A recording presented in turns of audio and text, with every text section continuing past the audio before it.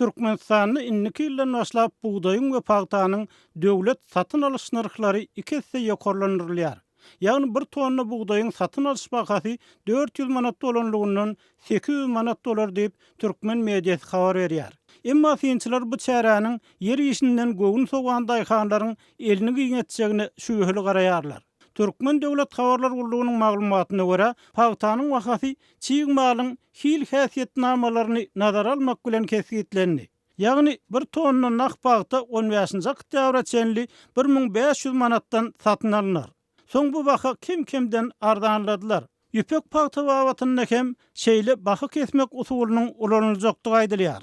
Oğuzluk önümlerinin döwlet tarapyndan satyn alyş narhlarynyň ýokarlandyrylmagy ýurtda un, çörek, ýağ, mal-ýymyal günnelik zerur önümleriň bazar bahalarynyň ýygyderli gymmatlamagynyň, uly azyk nöwbatlarynyň döremeginiň ýa-ýanyna gawat geldi. Azatlygyň habarçylarynyň ýygyderli habar berişi ýaly Türkmenistan 1990-njy ýyllarda öňkü Sowet respublikalaryna göwönüm eksport edýän ýurt bolanlygyndan Gazagystan, Eýran, Türkiýe, Owganistan we Pakistan ýaly ýurtlardan göwönümler import edýän ýurda uruly.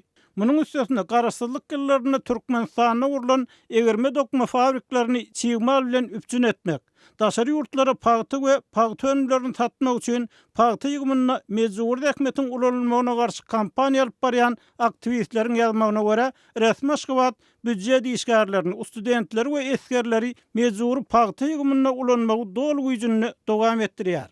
Yerli synçylaryň ananjyna görä Türkmen hökümetiniň owahyjylygyny dol kontrollukda saklamak synanşy owa adamlarynyň ýyl-ýyldan garyp düşmegine getirdi. Türkmen ykdysatçy Hudaýberdi Orazowyň pikirine görä Türkmen hökümetini 25 ýyl gowrak wagt bäri öz etmeli işlerini etmesiz işler bilen meşgul bolýar. Hökümetin etmeli işi var da, yere seretmeli, suwa seretmeli, tohumçuluğa seretmeli. Türkmenistanyny daýhanlardan kärennesini alan ýerlerine esasan gowaça we buğday ekmek talap edilýär we ýetişdirilen hasyl bazar narhlaryndan näle döwletiň welýän bahasyndan satyn alynýar. Şol ruwatda adamlaryň ýap boýlaryna kädi, süýselik ýaly hojalyga gerek ekinleri ekmegine hem ruhsat berilmeýänligi aýdylýar.